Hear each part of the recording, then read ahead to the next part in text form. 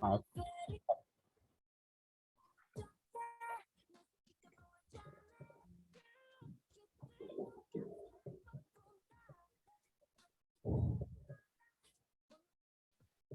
Ya se ve. ya, ok. Creo que ya. Bueno, pues somos el equipo 9. Nuestro tema es arritmias cardíacas. Concluidos, pues ya nos conocen. Somos Sánchez Mesa Fernanda, soy Luis Bueno Juan Osvaldo y su servidor Vázquez Manuel Gerardo.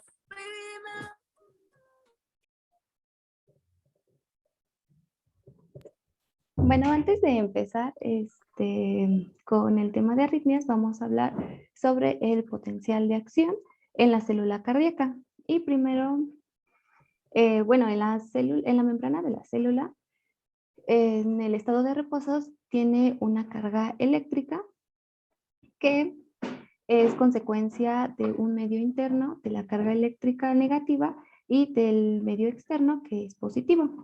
La carga entonces o el potencial de membrana en reposo de la célula cardíaca es de menos 90 milivoltios. Que los factores que lo van a estar determinando esta carga pues van a ser la bomba en sodio, potasio, ATPasa y los canales de fuga del ion potasio, que igual se los voy a explicar más adelante. La carga positiva de la parte extracelular pues es dada por la cantidad de sodio que existe aquí, que es de 145 miliequivalentes, mientras que la carga negativa en la parte intracelular es dada por el potasio, que es de 135 miliequivalentes. Y cuando hay algún mecanismo, ya sea eléctrico, químico, mecánico, que esté alterando este estado de reposo, la respuesta generada va a llegar a la célula cardíaca marcapaso o no marcapaso y va a dar un proceso de despolarización, invirtiendo la polaridad de tal manera que en el interior va a ser positivo y el exterior va a ser negativo.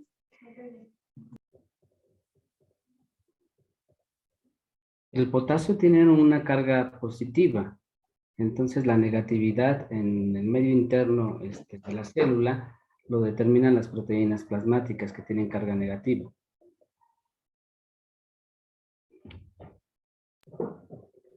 Ok, gracias. ¿Le puedes cambiar, por favor? Bueno, el potencial de acción en una célula miocárdica no marcapasos o no especializada estas células son las que tienen la capacidad de contraerse. Estos tipos de miocitos van a conformar lo que es la masa muscular de las aurículas y los ventrículos, que tienen como características ser excitables. Y pues todo inicia en la fase de reposo, que es el potencial de membrana, ¿no? De menos 90 milivoltios. Empieza con la fase de despolarización o la fase 0. Esto va a iniciar cuando existe un estímulo suficiente de la magnitud para disminuir el potencial de membrana al valor umbral o nivel de disparo, que serían a menos 70 milivoltios. Aquí los canales iónicos de sodio, dependientes de voltaje, se van a abrir de manera masiva y entonces esto va a permitir que haya una entrada rápida de este ion. Este flujo de sodio va a llevar a una pérdida de la carga interior negativa y a una inversión de la polaridad de la membrana, obteniéndose así al final de esta fase un voltaje de más 30 milivoltios. Y pues en este momento es cuando se van a cerrar estos canales de sodio. Y aquí es cuando empieza la segunda fase, bueno, la fase 1 o la fase de repolarización rápida precoz, que al inactivarse estos canales de sodio, se va a generar como una respuesta a la salida de los iones potasio y va a empezar bueno, también va a haber entrada del cloro. Y esto va a hacer que el potencial de membrana regrese a 0 milivoltios. ¿Le puedes Dale a la siguiente, por favor.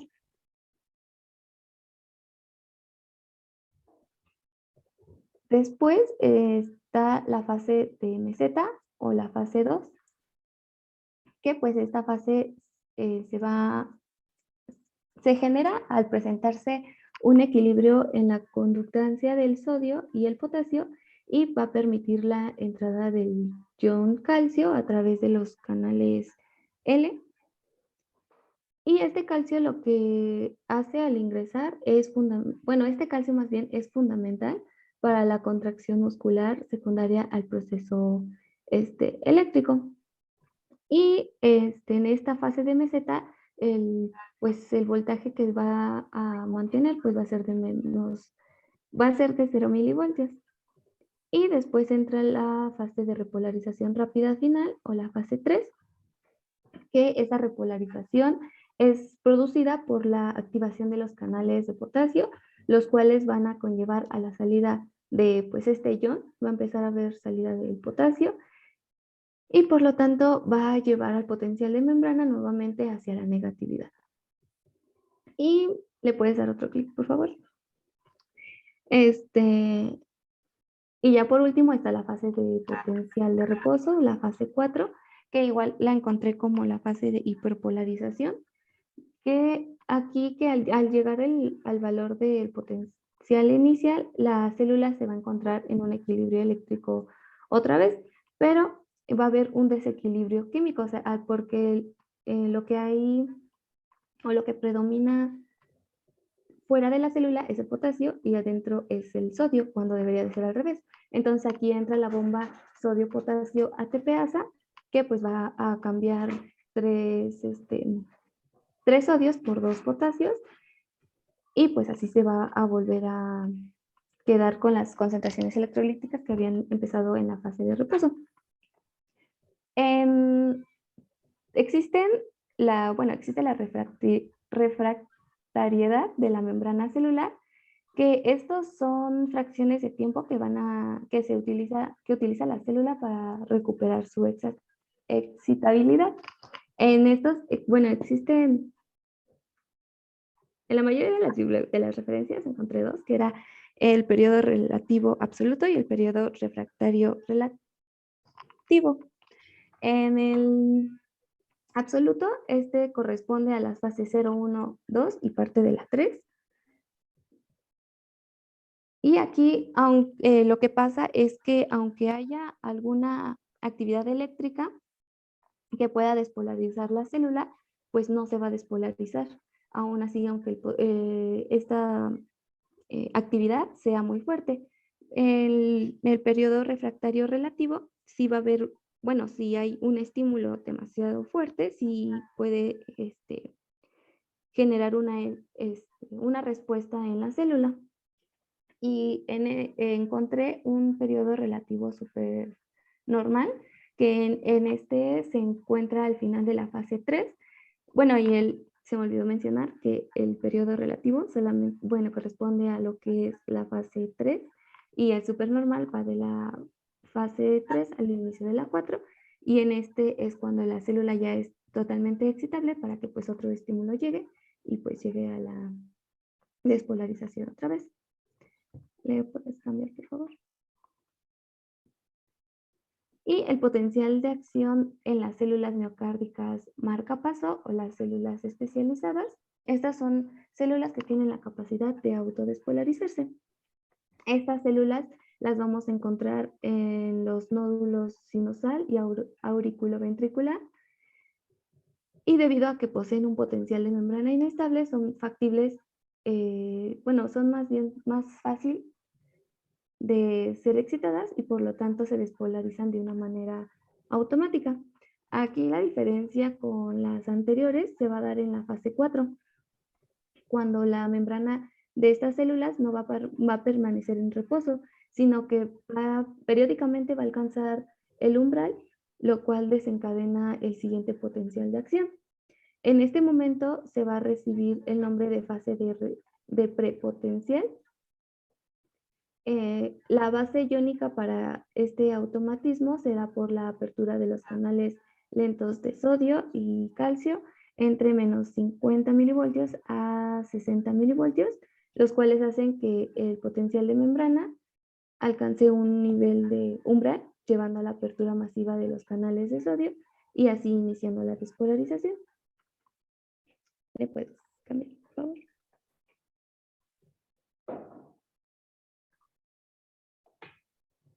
Perdón. Ok. Y bueno, ya el sistema de conducción.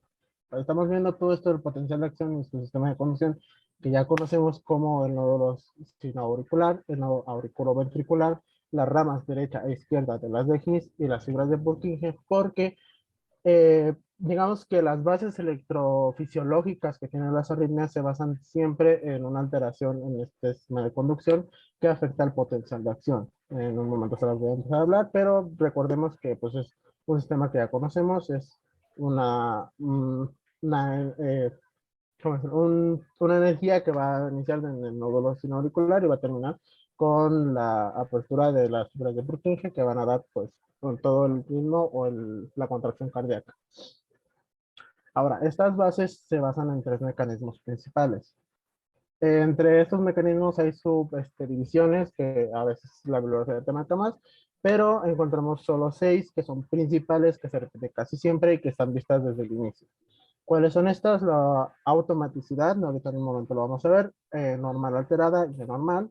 La actividad desencadenada, que son despolarizaciones tempranas y tardías, ya lo digo en un momento, va a ver con eso. Y la conducción del impulso, que es la entrada anatómica o reentrada funcional. ¿Ok? Estas son las bases que van a desencadenar lo que ya estamos diciendo de un nuevo potencial de acción basadas en la conducción del impulso. ¿Qué es la automaticidad? Bueno, pues ya dijo mi compañera que hay células especializadas y no especializadas. Las especializadas son aquellas células que van a tener esta capacidad. La capacidad se basa en una acción espontánea de volver a crear un potencial de acción. ¿Ok? Desde el nódulo auricular, ya lo dije, ventricular y toda la línea de las His y las fibras de Purkinje, vamos a tener estas fibras que van a tener esta capacidad. Las que no son especializadas son el resto de las fibras en el corazón, las que son de las aurículas y los ventrículos, que nada más son motoras, que al momento de recibir impulso automáticamente se contraen y hacen pues, el ritmo cardíaco que ya conocemos. La normal alterada son nada más no hay dentro del potencial de acción una alteración más que el agrandamiento o la contracción de lo que es la línea de la despolarización, como se ve aquí.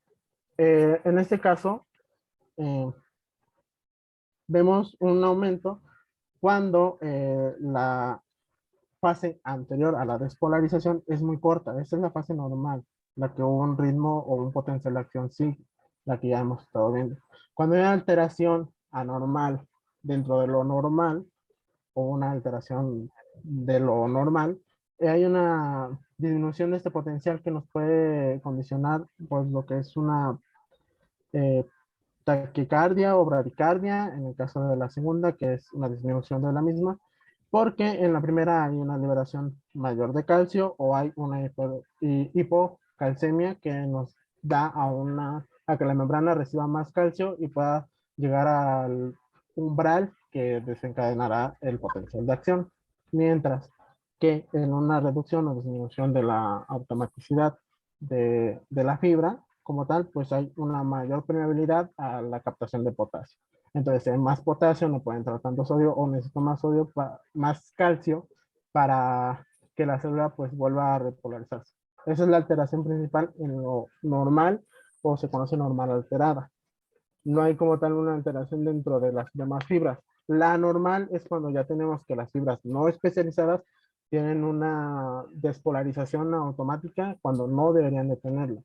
Esto es a base de una liberación o una fase ionizada mayor a la que deberían de tener. O sea, la membrana libera más iones y las células que están liberando esos iones lo captan y dicen, tengo que repolarizar ahora, a pesar de que no tengan esa capacidad, porque como dijo, es motora, reciben esa señal y vuelven a extender esa despolarización.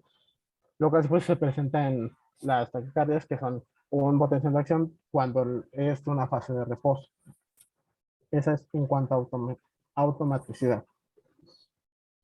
La actividad desencadenante es aquella que sucede en la parte de despolarización. Es decir, como ya vimos, el potencial de acción tiene una fase despolarizante a partir de la fase 3 o mitad de la fase 3, como comentaba nuestra compañera, que es hasta la fase 4. En esta parte, la célula como tal, pues no tiene una interacción para que, bueno, tiene la capacidad para volver a ser eh, excitada nuevamente para crear otro potencial de acción. ¿Ok? Entonces estas despolarizaciones son tempranas o tardías. Las tempranas las podemos dividir entre una fase 2 o 3 y las tardías solo a partir de la fase 4. ¿Ok? Como ya lo estamos viendo, es una reexcitación de la célula para poder crear otro potencial de acción. Si alcanza un umbral nuevo, empezará a crear un potencial de acción nuevo que nos va a condicionar a una taquiarritmia, ya sea en la fase 2, en la fase 3 o después de la fase 4, casi siempre en un espacio prolongado pequeño. ¿Cómo se ve esto? Pues así. Si empieza a alcanzar ese umbral, esta despolarización o temprana, tendremos un nuevo potencial de acción que se contrapondrá a uno que ya había pasado. No habrá una fase de tranquilidad o de excitación sin actividad, sino que empezará desde la fase 3, como dijo mi compañera, a partir más o menos de la mitad.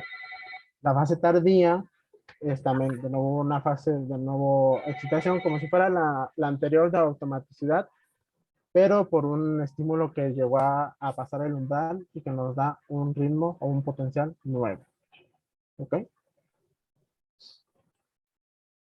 Y por último, la conducción de impulso. Antes de hablar de esto, tengo que decir que hay condiciones para una reentrada, ya sea anatómica o funcional, que en bases normales, digamos que la anatómica es nada más por una función de las células que no se puede activar y la funcional es por algo metabólico como el calcio, el potasio, que no permite que esas células se activen. ¿Qué condiciones tendremos para una reentrada? Bueno, principalmente que el tejido nos esté inexcitable alrededor de una cantidad, ahorita lo vamos a ver, como un pedacito del corazón que no se puede excitar, ¿vale? Que tenga un bloqueo, ya sea, bueno, más bien que sea un bloqueo unidireccional. Ahorita voy a explicar más a fondo esto. Y que su trayecto sea lento, también lo voy a explicar más adelante, pero estos son la característica más, más sobresalientes, que aparte esta masa de células deje que este sistema de reentrada sea continuo. ¿Qué quiero decir con reentrada? Hay una parte de las células que por X o Y razón no se activa. Es una necrosis, infartó, X o Y. Entonces, el impulso lo que hace es pasar a través de alrededor de esa parte infartada, alrededor de esas células que no se activan, para continuar con su impulso. ¿Qué es lo correcto? Bueno, mientras no haya reentrada, lo correcto será que el impulso pase en dos derivantes. Una fase, digamos, más reactiva y una fase lenta. La fase activa permitirá que el impulso continúe y evitará que la fase lenta empiece a crear una reentrada. Es decir, cuando la energía de la fase lenta llega a toparse con la de la fase activa, esta dice, pues no puedo volver a reactivar esta célula, me continúo con la fase rápida. Entonces, siguen los dos conductitos, el impulso continúa sin ninguna alteración.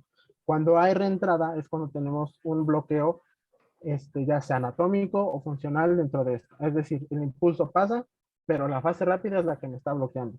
Entonces, si no hay fase rápida, no hay alteración. Digo, no hay excitación, no puedo adelantarme a la fase lenta y la fase lenta continúa normalmente. Y dice, aquí no hay alteración, pues me voy a pasar por esta célula y lo voy a continuar. Y ya como esta fase ya terminó de despolarizarse o el impulso no pasó directamente, entonces dice, pues voy a continuar otra vez y otra vez y otra vez y otra vez. Y eso hace que el músculo empiece a crear un impulso completo, digamos, cíclico. Hace un círculo, una reentrada y reentrada y reentrada del impulso, una y otra vez alrededor de estas fibras que no se logran despolarizar correctamente. Esa es la reentrada. El bloqueo puede ser anatómico, ya lo dije, por algunas células que no se activan, o funcional, ya sea por un impulso que no se logre dar por el calcio o el potasio, por el sodio y demás. Entonces, eso es lo que significa una reentrada.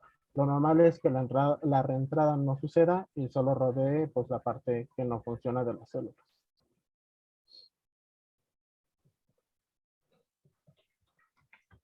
La clasificación de la arritmia se puede hacer de dos formas, de acuerdo a la frecuencia cardíaca o por el sitio de origen.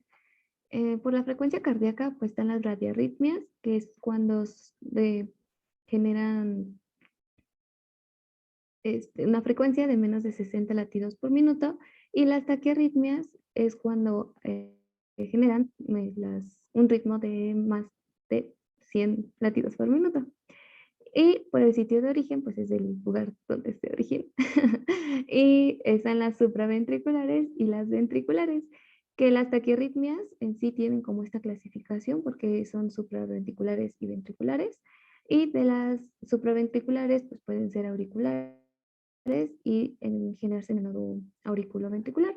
De las auriculares pueden ser una fibrilación auricular, el flúter auricular, una taquicardia auricular, y en el nodo auriculoventricular, pues pueden ser por reentrada intranodal o por la participación de una vía accesoria. ¿Le puedes dar o cambiar? Gracias, por favor. Y bueno, aquí está como tal todos los tipos de las radiarritmias, que pueden ser por la enfermedad del nodo sinusal, enfermedades del nodo auriculoventricular o un bloqueo en el sistema His-Purkinje.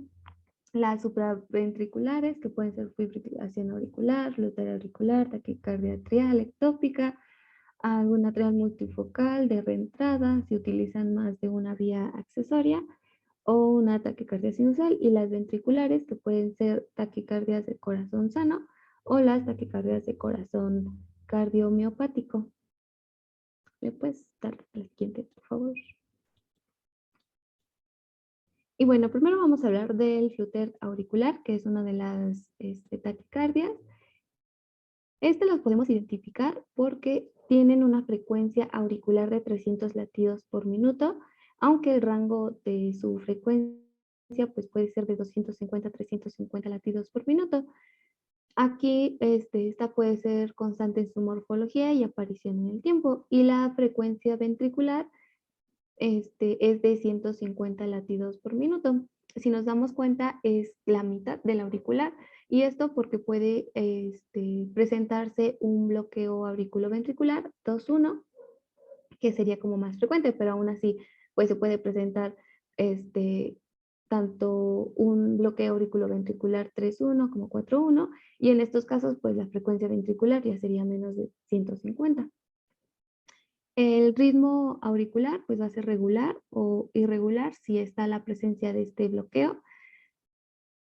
La onda P no es observable, ya que en el flúter auricular se va a producir por un mecanismo de macro reentrada a través del istmo cabo-tricuspidio.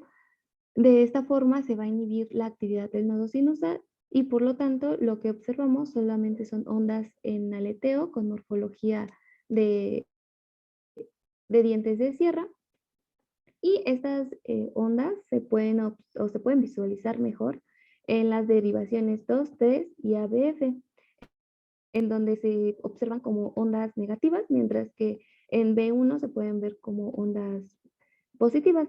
El intervalo PR es regular y puede variar, pero pues no va a ser tan fácil de medir. El complejo QRS puede ser normal, a menos de que exista algún problema en la conducción, en donde pues lo pueda hacer más ancho. ¿Le puedes dar a la siguiente, por favor? Y pues es un electrocardiograma del flúter auricular, en donde se ven en D2 y en D3 y en ABF, pues estas ondas F se pueden observar mejor. Y pues, pues sí, sería básicamente eso. ¿Le puedes cambiar al siguiente, por favor?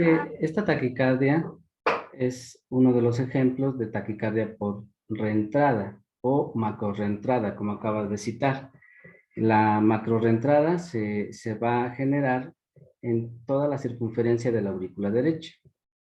Es un circuito en donde el impulso eléctrico sube por el tabique interauricular, se va por el techo de la aurícula, por detrás de la crista terminalis, baja por la cara lateral de la aurícula derecha y atraviesa el istmo cabo tricuspidio para llegar nuevamente al tabique interauricular.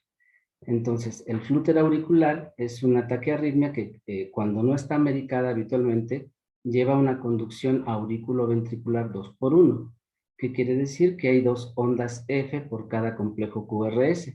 La frecuencia de descarga ventricular va a ser de 150 latidos por minuto y la frecuencia de descarga auricular es de 300. Entonces lo podemos clasificar en flúter auricular común y no común. El flúter auricular común es el que acaba de describir la doctora, presencia de ondas F en forma de dientes de sierra, que se van a ver negativas en la cara inferior, esto es D2, D3 de ABF, positivas en la derivada de B1 y negativas en la derivada de B6. Aquí en este electrocardiograma no se ve claramente en B6, pero sí podemos observar la positividad que tienen las ondas F en B1. Este también, cuando hacemos el estudio electrofisiológico, vemos que tiene un sentido del giro de la reentrada antihorario. Esto es contrario a las manecillas del reloj. Y tenemos el flúter auricular no común o flúter horario, en donde las ondas F van a ser positivas en la cara inferior, negativas en B1 y positivas en B6. Esto tiene que ver nada más con el giro que tiene el ciclo de la taquicardia, el circuito de la taquicardia. Si es antihorario, sería flúter auricular común, y si es horario, sería flúter auricular no común. El nodo auriculoventricular también juega un papel importante como modulador. No interviene en el circuito de la taquicardia, pero sí nos va a determinar la frecuencia de descarga ventricular. Entonces, lo común es que tengamos un flúter auricular con conducción 2x1, 300 de frecuencia auricular con 150 de frecuencia ventricular. Cuando le damos fármacos a este flúter, la frecuencia de descarga ventricular se puede alterar, o bien cuando le damos maniobras vagales. Entonces la frecuencia se hace más lenta a nivel ventricular y sigue siendo la misma frecuencia de descarga auricular. Por ejemplo, ahí quizás se dificultaría ver claramente las ondas F. Si nosotros le damos maniobras vagales, entonces vamos a provocar un bloqueo, un retraso en la conducción en el nodo auriculoventricular y vamos a tener una conducción variable, o sea, va a abrir el flúter, la frecuencia de descarga ventricular, en lugar de ser 2:1, puede ser 3:1 o 4:1, variable. ¿Ok? Ejemplo de reentrada.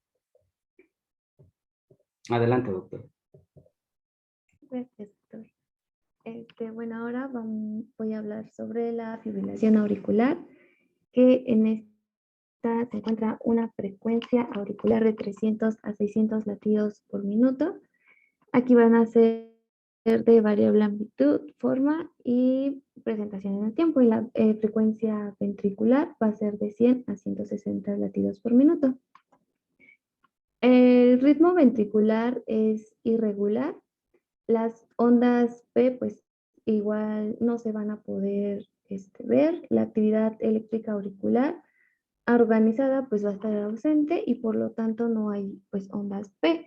Como lo que vamos a estar observando son igualmente ondas F que se generan como expresión de la actividad eléctrica caótica. Y aquí, como no hay un foco concreto de la descarga, sino que el impulso eléctrico se va a generar por la presencia de múltiples frentes simultáneos que van a causar esta reentrada diversa. Y el intervalo PR va a estar ausente y el complejo QRS va a ser normal también, a menos de que exista una alteración, pues también va a estar causando alteraciones en el QRS.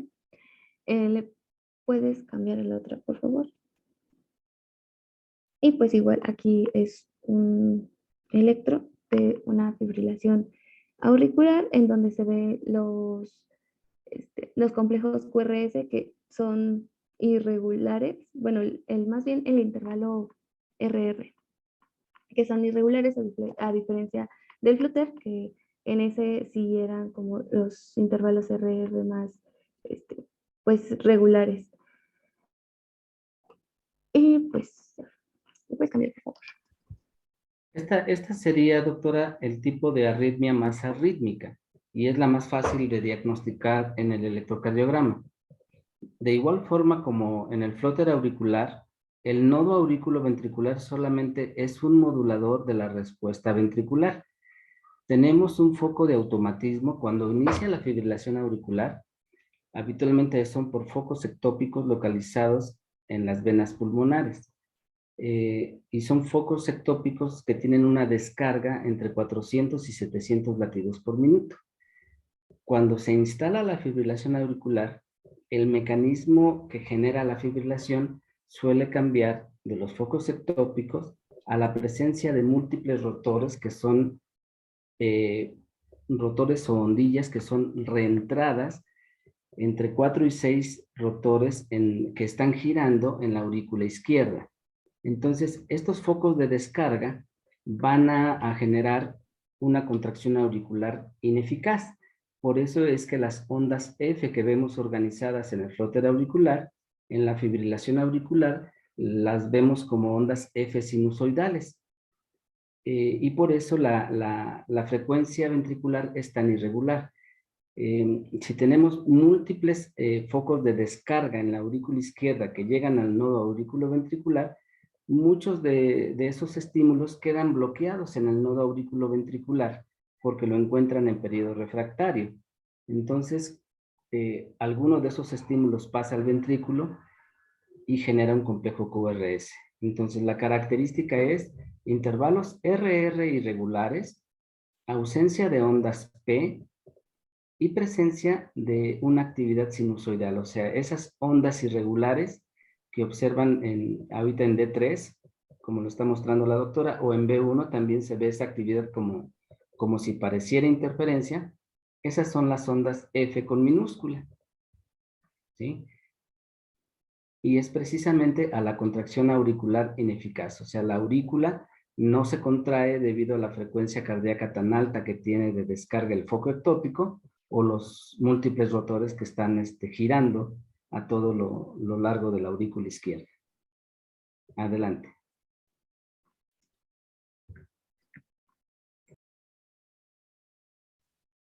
Bueno, continuando con la taquicardia por reentrada intranodal, como su nombre lo está mencionando, se va a deber a un movimiento de reentrada circular, por así decirlo, en el nodo auriculoventricular, ya que de forma fisiológica van a existir estas dos vías, como lo estaba explicando mi compañero.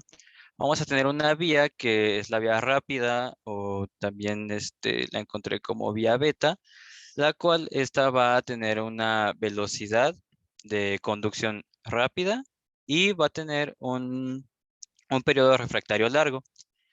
Entonces, esta va a ser la vía que normalmente se va a estar, por así decirlo, conduciendo.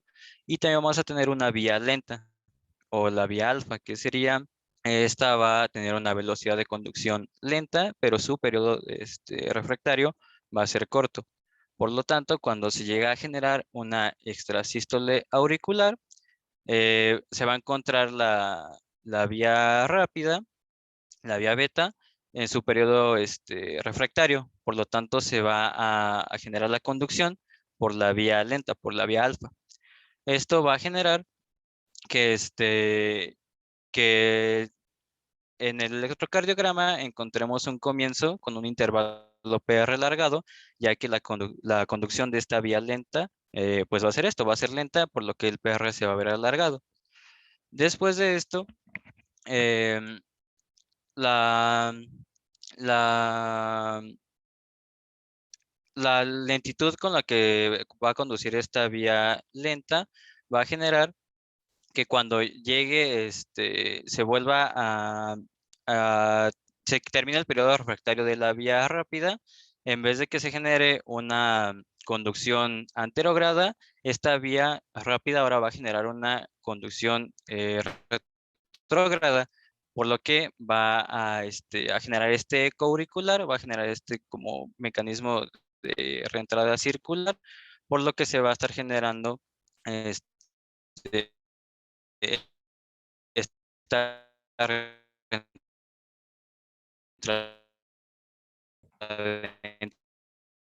intranodal, Te estás y escuchando aquí entrecortado. afecta 200 estrechos. Ay, una disculpa. ¿Ya me escucho bien? Ahí te escuchas bien. ¿En qué me corté? En la conducción por la vía rápida. Ok. Ok. Bueno, miren, este es el mejor ejemplo del mecanismo de reentrada. Como citó el doctor que explicó los mecanismos electrofisiológicos de las arritmias, el mecanismo de reentrada necesita por lo menos dos vías que tengan diferentes periodos refractarios y diferentes velocidades de conducción. Entonces, la reentrada en la taquicardia por reentrada intranodal se localiza en el nodo auriculoventricular. Hay una vía alfa que tiene una velocidad de conducción lenta, periodo refractario corto, y una vía de conducción rápida o periodo refractario largo. Entonces, cuando el ritmo está en sinusal, el impulso se genera en el nodo sinusal, baja por los haces internodales, se activan las aurículas, llega al nodo auriculoventricular y normalmente pasa por la vía rápida. La vía lenta, como tiene una velocidad de conducción lenta, no logra pasar el impulso, le gana la vía rápida. Pero cuando se genera una extrasístole, entonces, como tienen diferente periodo refractario, se va a bloquear habitualmente la vía beta en sentido anterógrado. Esto es de arriba hacia abajo. Pero el impulso sí logra avanzar a través de la vía alfa, que es la vía de conducción lenta. El impulso que baja por la vía lenta es lo suficientemente lento como para permitirle a la vía rápida recuperar o encontrarse en periodo refractario para que de forma retrógrada el impulso regrese a través del nodo auriculoventricular por esta vía rápida. Y entonces es como se genera el circuito de reentrada intranodal. O sea, sube por la vía rápida y baja por la lenta. Sube por la rápida, baja por la lenta. Entonces, la presencia de una zona de conducción lenta y la presencia de bloqueo unidireccional son las dos constantes que permiten que una taquicardia se perpetúe, porque el impulso debe de ser lo suficientemente lento como para que el frente de activación, esto es, el tejido que está posterior al frente de activación, siempre se encuentre en periodo excitable. Si nosotros tenemos ahí alguna alteración en la conducción o alguna alteración en la refractariedad y ya no encuentro tejido excitable, entonces ahí se bloquea el impulso y la taquicardia no se perpetúa. Por eso es que explicaba el doctor que los mecanismos que generan la reentrada es una zona de bloqueo unidireccional y dos o más vías de conducción con diferentes periodos refractarios.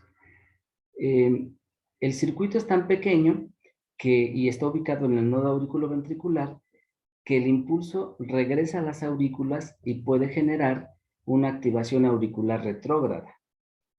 Entonces, un impulso se va a la aurícula y otro impulso se va al ventrículo. Este es el mecanismo más común de taquicardia por entrada intranodal. Se llama lenta rápida. Entonces, vamos a tener un intervalo PR más largo que el intervalo RP. ¿Sí me expliqué adecuadamente o hay dudas con respecto a este mecanismo? ¿Podría explicar nuevamente lo de las vías, por favor? Claro que sí. Miren, el mecanismo de reentrada es uno de los mecanismos más importantes que explican muchas de las taquicardias que se presentan tanto a nivel auricular como ventricular.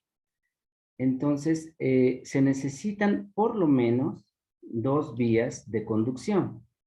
Las vías de conducción pueden ser anatómicas o pueden ser fisiológicas, ¿sí?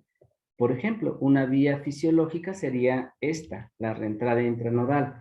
Una vía anatómica sería la presencia de una vía accesoria, como en el síndrome de Wolff-Parkinson-White, en donde hay un haz accesorio que se llama haz de Kent, que comunica el tejido auricular con el ventricular, fuera del nodo auriculoventricular. Entonces tenemos vías anatómicas y vías fisiológicas.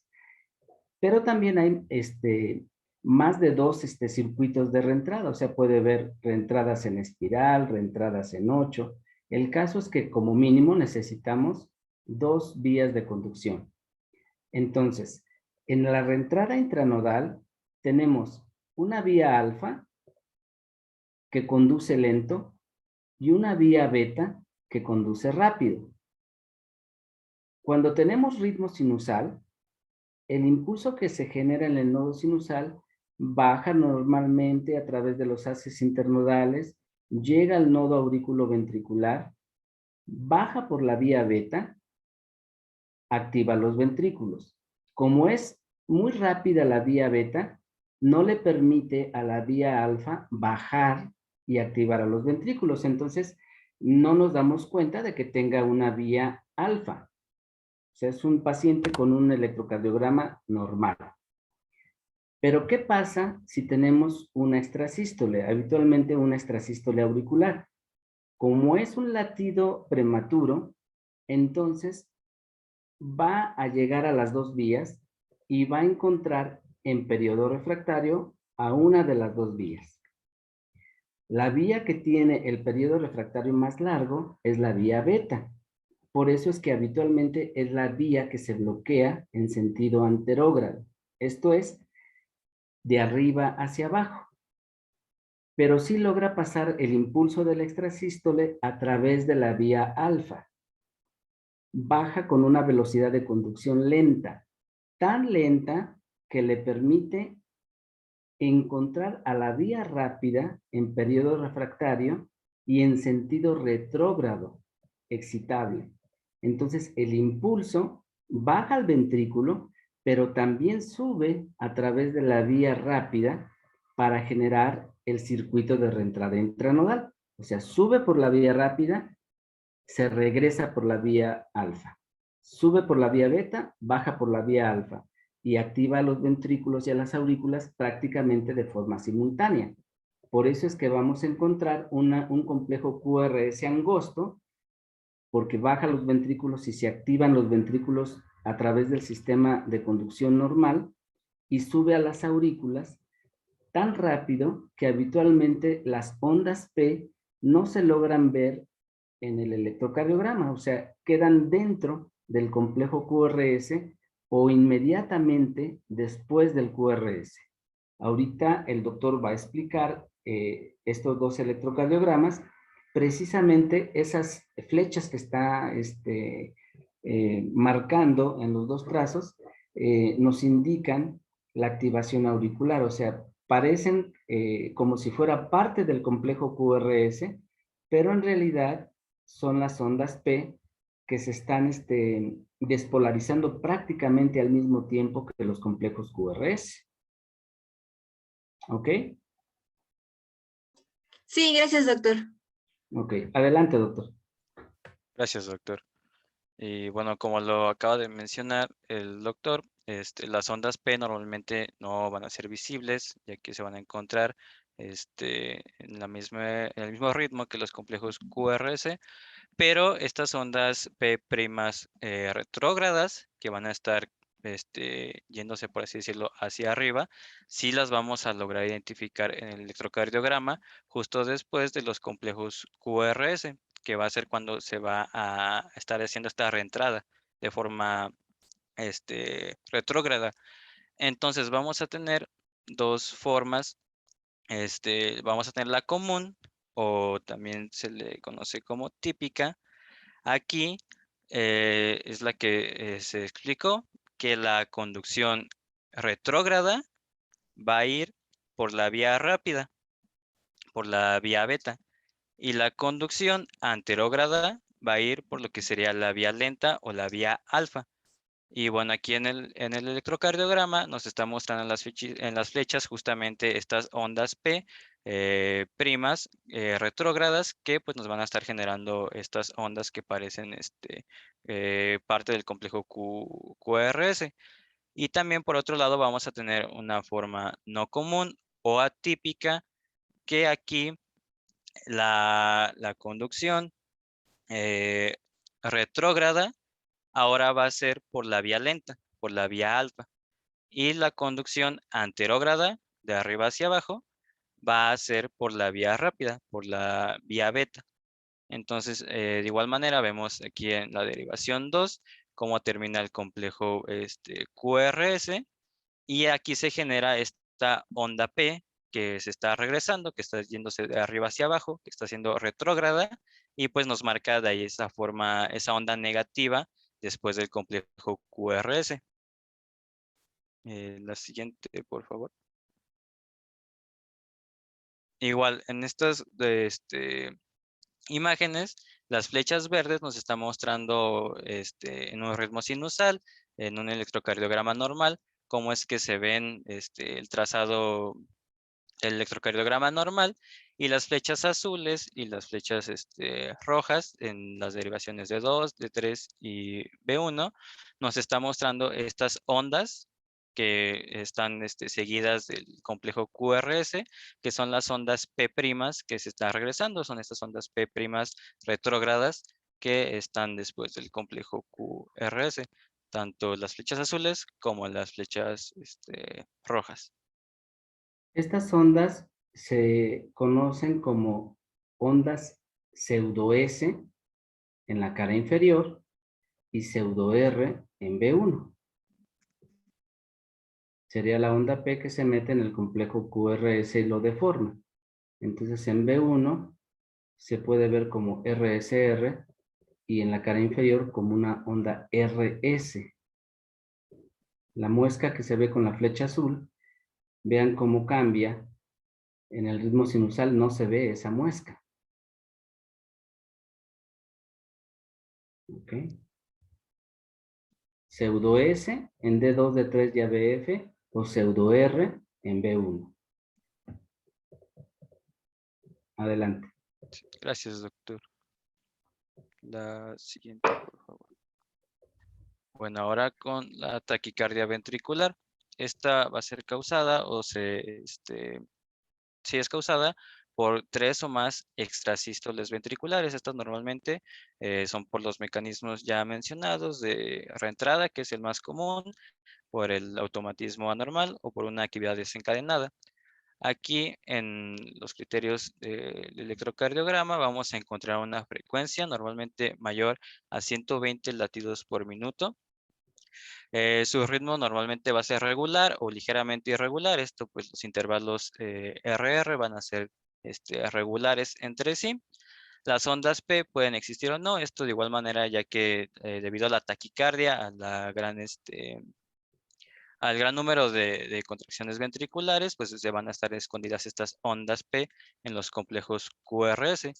Y aquí también los complejos QRS van a ser anchos, que pues estarían siendo mayores a 0.12 segundos o mayores a 3 cuadritos. Y aquí también vamos a encontrar distintas formas de esta taquicardia ventricular. Las podemos diferenciar dependiendo de su forma del complejo QRS, como puede ser monomórfica, como es la imagen de arriba a la derecha, en donde vemos que los complejos QRS tienen esta misma forma, tienen intervalos RR regulares, una misma amplitud, o pueden ser polimórficas, como se ve en la imagen de abajo. Aquí los QRS vemos que unos tienen una menor amplitud, van creciendo su amplitud, también unos están más anchos, otros comienzan a ser más estrechos, y estos son complejos QRS polimórficos. Y también vamos a poderlos diferenciar dependiendo de su duración. Puede ser una duración sostenida, que esto se va a generar y puede durar, va a durar más de 30 segundos. Va a continuarse, o también pueden ser no sostenidos, que estos se van a generar y terminan de una forma espontánea en menos de 30 segundos desde que se generó estas extrasístoles ventriculares. Y la siguiente, por favor. El ejemplo de esta taquicardia que está abajo, anterior, se llama torsades de Point, como si fuera un acordeón, ¿no? Van los complejos QRS de mayor voltaje y se acortan los complejos y nuevamente se hacen más grandes, de mayor amplitud. Este es un ejemplo de los pacientes que tienen síndrome de QT largo, hacen torsades de Point, taquicardia ventricular polimórfica. Adelante. Y bueno, esto igual es un electrocardiograma en donde podemos ver en las derivaciones de 2, de 3, AVF, B2, y demás, esta taquicardia ventricular con las ondas o los complejos QRS monomórficos. Este es un ejemplo muy bonito. Miren, observen en la tira de hasta abajo, de dedos largo, cómo hay complejos QRS que están angostos. El quinto complejo tiene una morfología de QRS angosto. Anterior. El que sigue. S. ¿Ok? Entonces, esa es una característica que nos dice que este tipo de taquicardia es una taquicardia ventricular porque ese es un latido de fusión. Entonces, si encontramos latidos de fusión en una taquicardia con QRS ancho, este es un indicador de taquicardia ventricular. ¿Sí? ¿Y cómo vamos a saber que es latido de fusión? Porque lo vemos con una morfología más angosta. Ahí vemos dos latidos de fusión. También más adelante vemos otro latido de fusión. ¿Ok? Entonces, ese sería uno de los criterios que nos definen que la taquicardia es ventricular. Adelante. Gracias, doctor.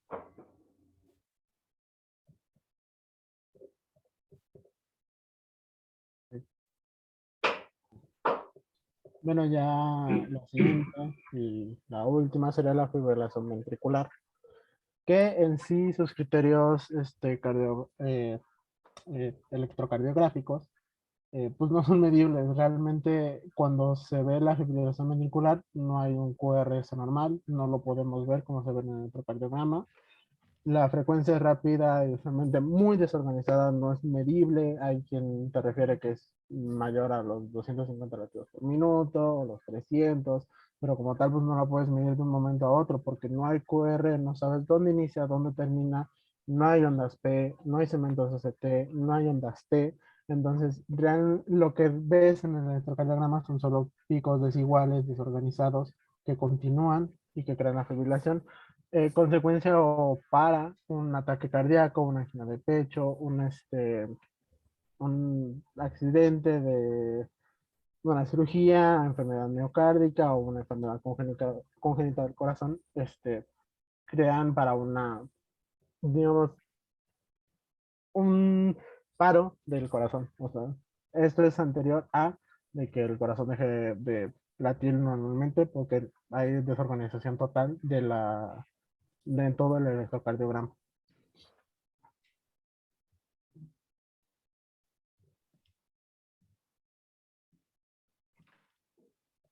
Y por último, son criterios de Brugada y de Perry Kay, que son criterios para distinguir entre una taquicardia ventricular y una taquicardia supraventricular.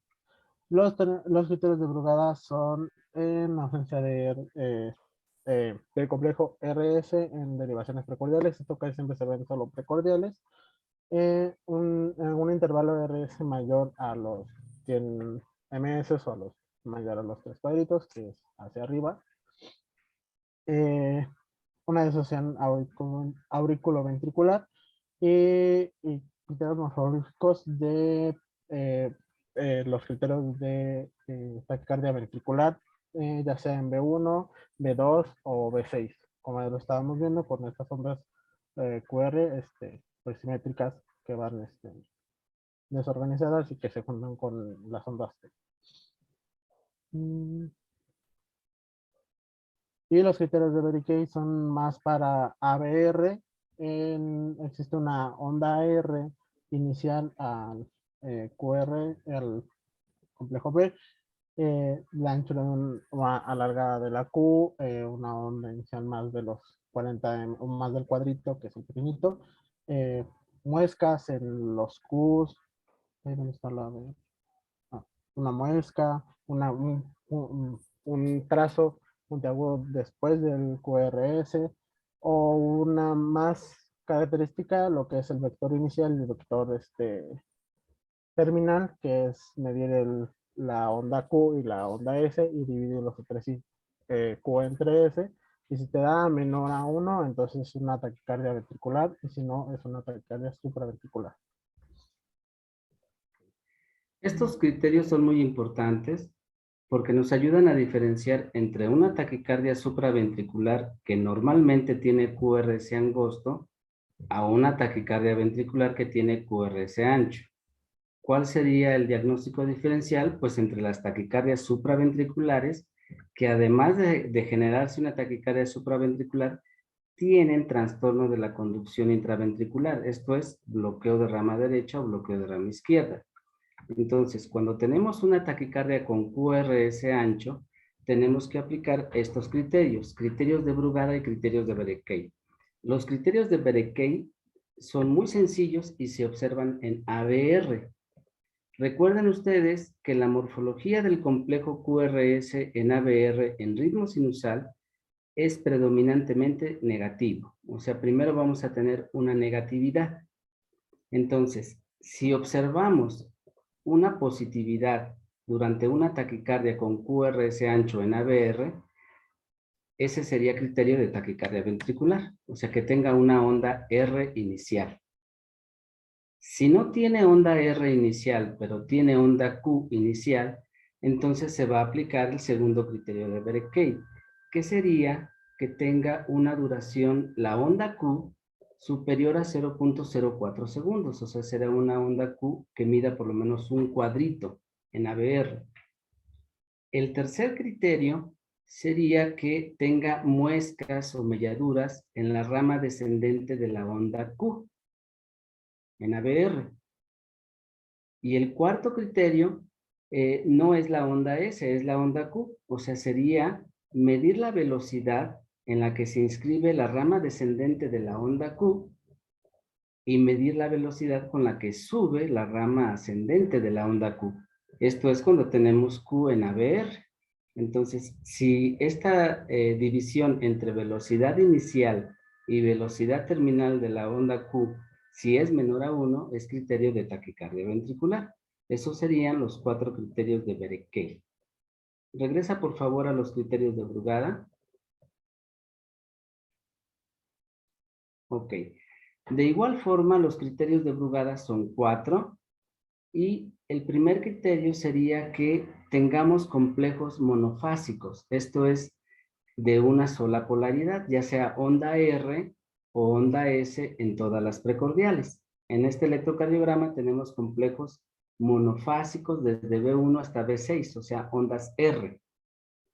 El diagnóstico sería taquicardia ventricular. Pero hay muchas taquicardias ventriculares que no tienen complejos monofásicos de B1 a B6. Entonces, aplicaríamos el criterio de un intervalo RS mayor a 100 milisegundos. Esto es desde el inicio de la onda R hasta la mitad de la onda S. Aquí no tenemos ningún ejemplo de RS, entonces tendríamos que tener un complejo QRS que tenga R inicial y S. Si mide más de 100 milisegundos, es taquicardia ventricular. El tercer criterio, que es muy difícil de apreciar, sería que observáramos disociación auriculoventricular. Esto es que entre los diferentes complejos QRS observemos la presencia de onda P.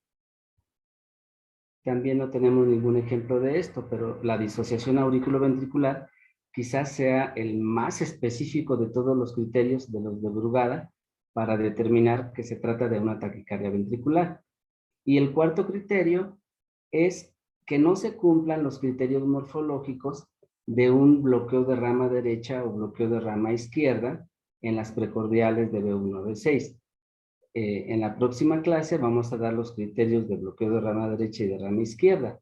Esto es, por ejemplo, en este electrocardiograma en B1 tenemos una onda R empastada en B1 y lo normal que nosotros esperamos encontrar si se tratara de una taquicardia ventricular que no es monofásica es que en B6, si es bloqueo de rama derecha, tuviera S empastada. Si no tiene S empastada en B6, entonces no se cumple el criterio de bloqueo de rama derecha y el diagnóstico sería taquicardia ventricular.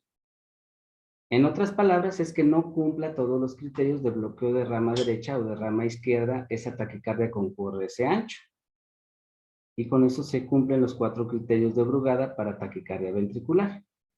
¿Ok? Revísenlos porque es muy importante conocer estos 2 criterios para definir si es taquicardia ventricular o taquicardia supraventricular con QRS ancho. Adelante.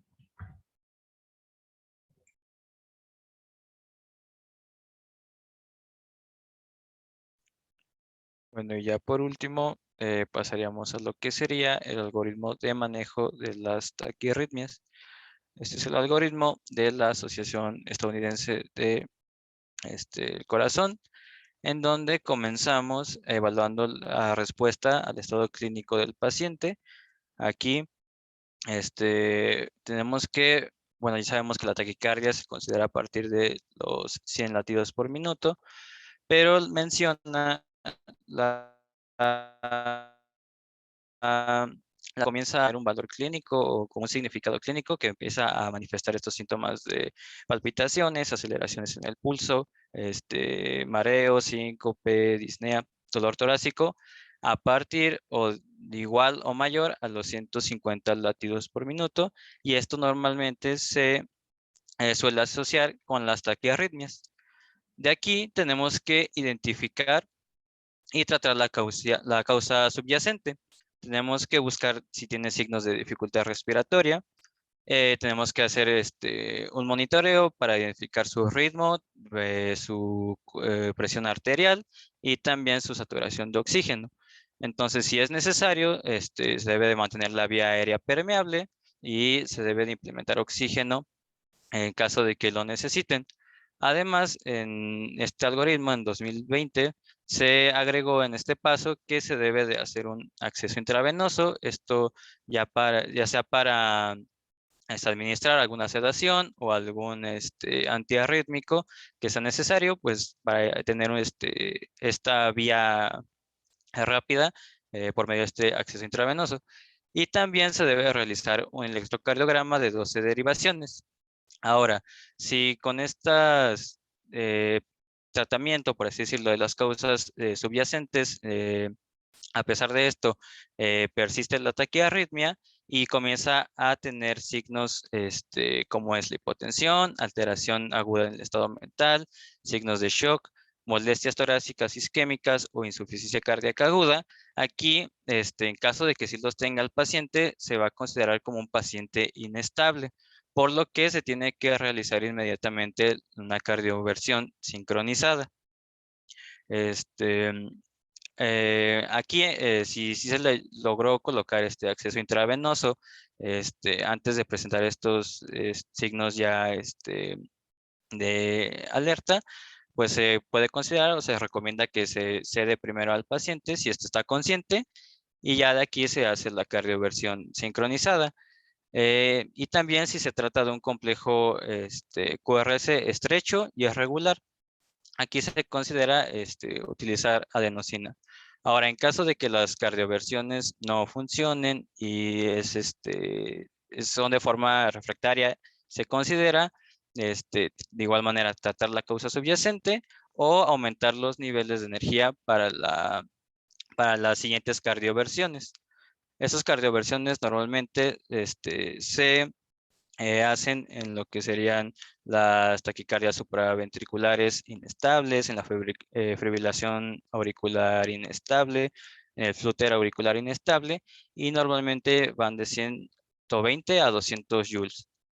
Ahora, si persiste la taquiarritmia, pero no tienen estos signos de hipotensión, alteración en el estado, alteración aguda en el estado mental y los del cuadro rojo, vamos a considerar que el paciente es estable.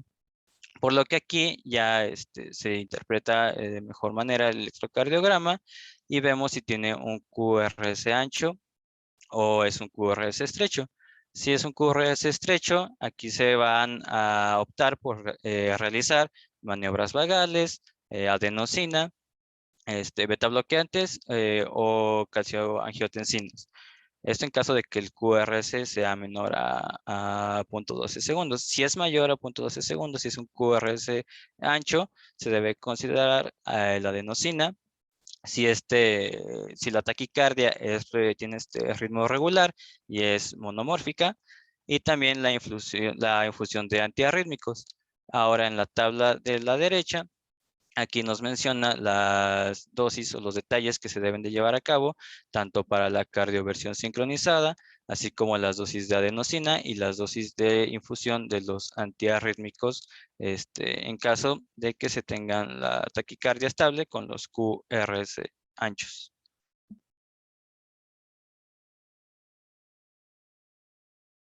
Y la siguiente, por favor.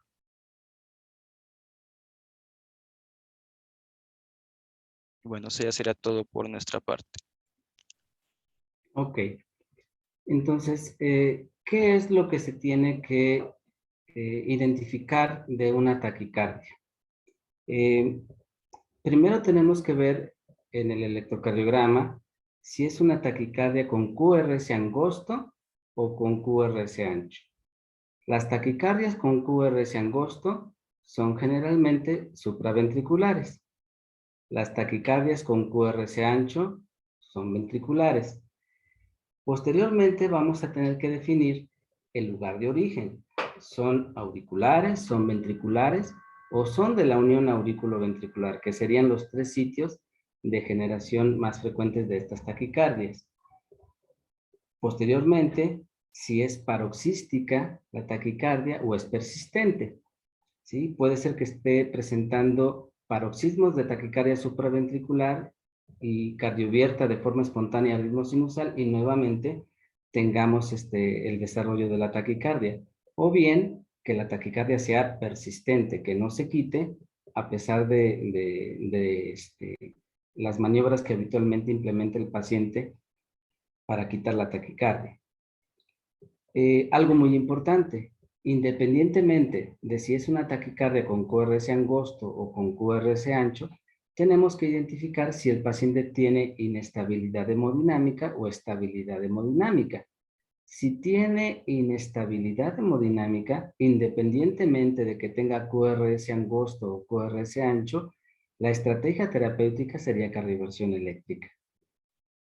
Si tiene estabilidad hemodinámica, entonces podemos utilizar los diferentes fármacos antiarrítmicos para tratar de quitar la taquicardia o bien darle maniobras vagales. ¿Qué maniobras vagales implementamos? Bueno, pues masaje del seno carotidio, compresión del globo ocular, inducción del vómito, inmersión en agua fría, la maniobra de Valsalva. Todas estas son maniobras vagales. ¿Cuál es el efecto de las maniobras vagales? Vamos a realizar estas maniobras para retrasar aún más la conducción en el nodo aurículo-ventricular. Y aquí un punto importante es determinar si el nodo aurículo-ventricular forma parte del circuito de la taquicardia o solamente está funcionando como un modulador. Por ejemplo, si se trata de una taquicardia por entrada intranodal o una taquicardia auriculoventricular por síndrome de Wolff-Parkinson-White, esto es presencia de una vía accesoria anómala, el nodo auriculoventricular forma parte del circuito. Entonces, frecuentemente podemos interrumpir la taquicardia con maniobras vagales o con adenosina o cualquier otro fármaco que bloquee la conducción en el nodo auriculoventricular, como algún beta bloqueador, verapamil o diltiazem como ejemplo de calcio antagonistas, o incluso con digoxina. Pero si mi nodo auriculoventricular no es parte del circuito de la taquicardia y está funcionando solo como un modulador de la respuesta ventricular, entonces las maniobras vagales y el uso de estos fármacos no van a interrumpir la taquicardia, únicamente van a hacer más lenta la frecuencia de descarga ventricular. Esto nos sirve tanto como diagnóstico, así como terapéutico, ¿no? Porque si yo le doy adenosina o le aplico maniobras vagales a un paciente que tiene una taquicardia supraventricular y en lugar de interrumpirla hago más lenta la frecuencia ventricular, lo que me está diciendo es que esa taquicardia no está incluyendo el nodo auriculoventricular como parte del circuito de la taquicardia. Entonces, como ejemplos de taquicardias en donde el nodo auriculoventricular funciona como un modulador, sería la taquicardia auricular ectópica, la taquicardia sinusal, el flóter auricular y la fibrilación auricular. Vuelvo a repetir, taquicardias en donde el nodo AB forma parte del circuito de la taquicardia, la reentrada intranodal y la reentrada por vía accesoria. Esto es en el síndrome de Wolff-Parkinson-White. Algo importante, una vez que definí el tipo de mi taquicardia, es también investigar si la taquicardia es de causa reversible o no reversible. O sea, ¿qué me está generando la taquicardia, tanto supraventricular como ventricular? Puede ser que tenga alteraciones electrolíticas como la hipocalemia, hipercalemia, acidosis metabólica, hipotiroidismo, hipertiroidismo, y al tratar la causa, logre interrumpir la taquicardia. O bien, saber si el paciente tiene enfermedad cardíaca estructural. En los casos de fibrilación auricular o flóter auricular, habitualmente se asocia a cardiopatía estructural. El flóter auricular se asocia a comunicación interauricular, enfermedad pulmonar obstructiva crónica, hipertensión pulmonar en sus diferentes tipos. Y en el caso de fibrilación auricular, la cardiopatía estructural habitualmente es cardiopatía hipertensiva o cardiopatía isquémica crónica en sus diferentes manifestaciones. El nodo auriculoventricular es una estructura fundamental para perpetuar muchas de las taquicardias. Entonces, por eso es que insisto en que tienen que identificar si se trata solamente de un modulador o forma parte del circuito de la taquicardia. Y en el tratamiento final tendríamos, cuando tenemos inestabilidad, cardioversión eléctrica, cuando tenemos QRS regular, o cardioversión eléctrica asincrónica cuando tenemos fibrilación ventricular.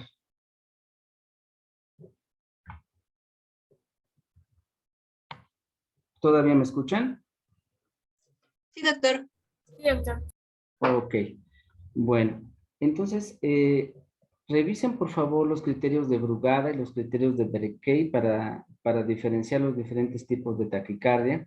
Resulta difícil abordar cada taquicardia en particular, o sea, revisar la entrada intranodal, flóter auricular, pero creo que se cumplió con el objetivo de la clase, que es guiar más o menos la estrategia de diagnóstico y de terapéutica de una taquicardia.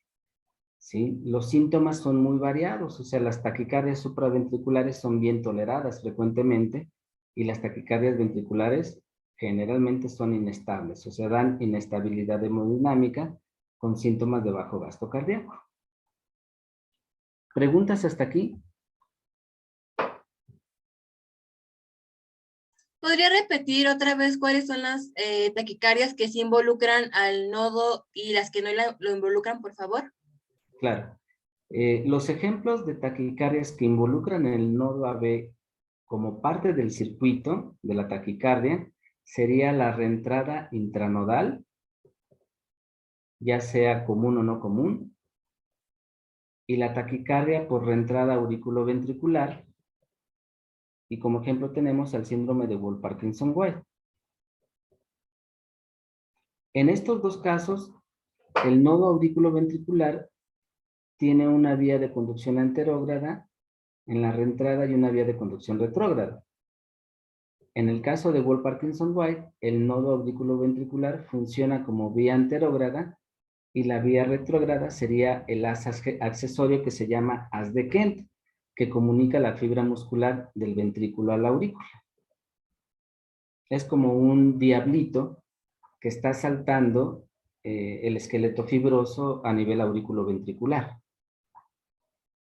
Y las taquicardias en donde no se incluye el nodo AB como parte del circuito de la taquicardia, sería el flóter auricular, la fibrilación auricular, la taquicardia sinusal o la taquicardia auricular ectópica. Obviamente, en las taquicardias ventriculares, el nodo auriculoventricular tampoco forma parte del circuito de la taquicardia.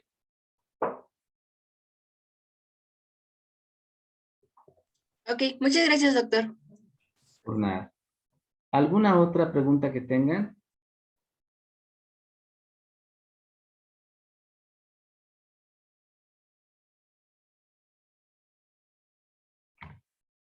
¿Nada? Creo que no, doctor. Ok. Bueno, pues voy a necesitar un mapa conceptual, doctores. Lo necesito para el día de mañana. Mañana hasta las 8 de la noche. Del diagnóstico, abordaje y tratamiento de las taquiarritmias, tanto supraventriculares como ventriculares.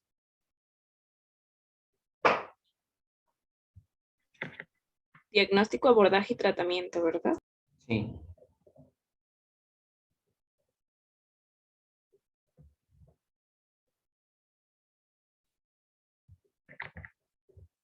Y revisen, por favor, el tema de la siguiente clase, que serían las bradiarritmias y trastornos de la conducción, que vamos a incluir la disfunción del nodo sinusal, los bloqueos auriculoventriculares, los bloqueos de rama, derecha y izquierda, y bloqueos fasciculares, anterior y posterior. Es muy importante que lo revisen porque es un tema complejo, extenso, y espero darlo en una hora 20 para que si ustedes lo revisan sea mucho más fácil.